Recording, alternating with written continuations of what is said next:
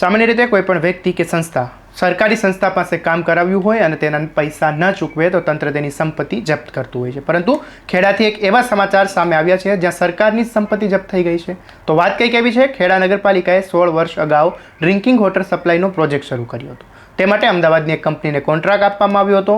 Contract પેટે કંપનીએ 33 લાખ રૂપિયા ડિપોઝિટ ભરી હતી, પરંતુ બાદમાં અગમ્ય કારણોસર સમગ્ર પ્રોજેક્ટ બંધ થઈ ગયો હતો, જેથી કંપનીએ નગરપાલિકામાં ભરેલી ડિપોઝિટ પરત લેવા માંગ કરી હતી। જો કે નગરપાલિકાના સત્તાધીશોથી લઈને જિલ્લા કલેક્ટર સુધી રજૂઆત બાદ પણ ડિપોઝિટની રકમ પરત નહીં મળતા મામલો કોર્ટ સુધી પહોંચ્યો હતો અને આખરે ખેડા કોર્ટ દ્વારા નગરપાલિકાની જંગમ મિલકતીની જપ્ત કરી નાણાં વસૂલવા આદેશ કરવાની ફરજ પાડી હતી। વર્ષ 2006માં સત્તાધીશો દ્વારા શહેરને મિનરલ વોટર મળે તે માટે ફિપકો કંપનીને કામ આપ્યું હતું। નિયમ મુજબ કંપની દ્વારા પ્રોજેક્ટ પેટે રૂપિયા 33 લાખ ડિપોઝિટ કરાવી હતી।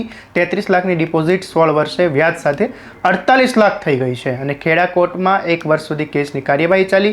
તે દરમિયાન પાલિકા રૂપિયા 33 લાખ ચૂકવવા તૈયાર હતી, પરંતુ 16 વર્ષમાં ચડેલા વ્યાજ સાથે રકમ કુલ 48 લાખ રૂપિયા પર પહોંચી હતી, જે વ્યાજની રકમ ચૂકવવામાં પાલિકા દ્વારા ઠાગાઠૈયા કરાવતા આખરે મામલો પાલિકાના હાથમાંથી નીકળી ગયો।